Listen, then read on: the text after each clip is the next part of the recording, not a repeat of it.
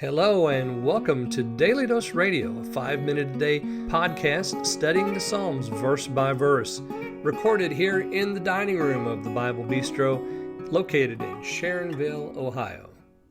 Hey there, friends. Welcome back to Daily Dose Radio here in the Bible Bistro. Hello to everyone down the line from New Zealand and Australia all the way over to South America, the New World and in North America, and Canada, and all around the globe. Thanks for listening to Daily Dose Radio here in the Bible Bistro. Today we're looking at Psalm 22, verses 25 and 26, and I said yesterday we have sort of a dividing line between 25 and 26. When I originally set this up, I divided it into 2 verses apiece each day. Now I'm going to break that tomorrow. Is it tomorrow? No, I'll break it on Friday when I do 3 verses. But right here between 25 and 26, we have this break. It's almost like a division at the end of the psalm, because we go from talking about Christ on the cross to talking about the church. So I'm going to read 25 and 26, and then I'll explain. Because I am with you, I will praise in the great congregation. I will perform my vows before the ones who fear him. The afflicted will eat and be satisfied. They will praise the Lord, seeking after him. Your heart shall live forever. All right, so now we have in verse 25 and 26 this division.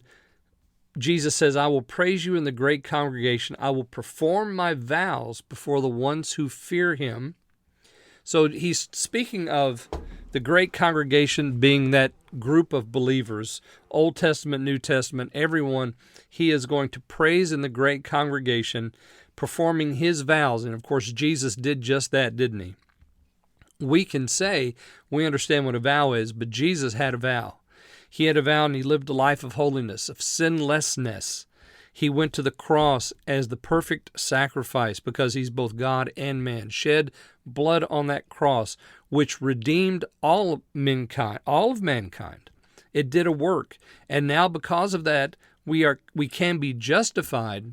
After his resurrection, we can be justified by all the things that Paul told to the folks there in Lystra, all the things that you couldn't be justified by in the law of Moses. So we have this wonderful package of salvation that he gives to us because he completed his vows. He does it before the ones who fear him. That is, before the ones that fear the Lord. So he's doing it. He's completing his vow, and this vow is going to redound throughout the generations to come, and it's going to affect the generations in the past, because the past, those saints went to the altar and made sacrifice looking forward to the cross. Now we look back to the cross, that there's one sacrifice that completes everyone's redemption. We no longer need sacrifice because Jesus offered himself once for all time. It's just one sacrifice. He does not repeat that. So we have this being accomplished on the cross, and because of all of Psalm 22, from verse 1 all the way up to verse 25, we now have what's going to come in verses 26 through 31. The afflicted will eat and be satisfied. Now this group, the afflicted, we're going to be talking about them for the rest of the time. They will praise the Lord. They will seek after the Lord. They will remember and return to the Lord. They will worship before you. They will eat and worship before him. They will bow down. So the they, which we're going to find in verse 26, 27, 29, and then again in 31. All of those theys point back to this noun, the afflicted. And who is the afflicted? The ones who are poor, the ones who are calling out to the Lord, those who are humble in heart. The poor and the afflicted man cries out to the Lord, and the Lord hears and answers his prayer. He will eat and be satisfied. What's he eating? He's eating that spiritual food that Christ feeds us in his sacrifice on the cross.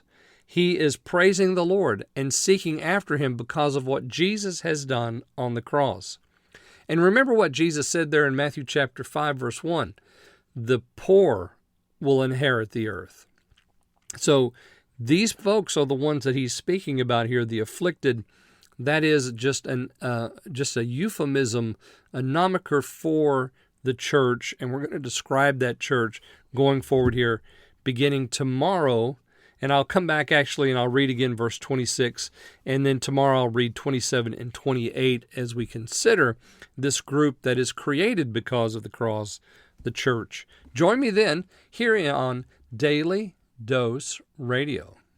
Thanks for listening to Daily Dose Radio. For more fresh and delicious Bible studies, podcasts, books, and more, check out the Bible Bistro online and on YouTube. Join me again next time for Daily Dose Radio.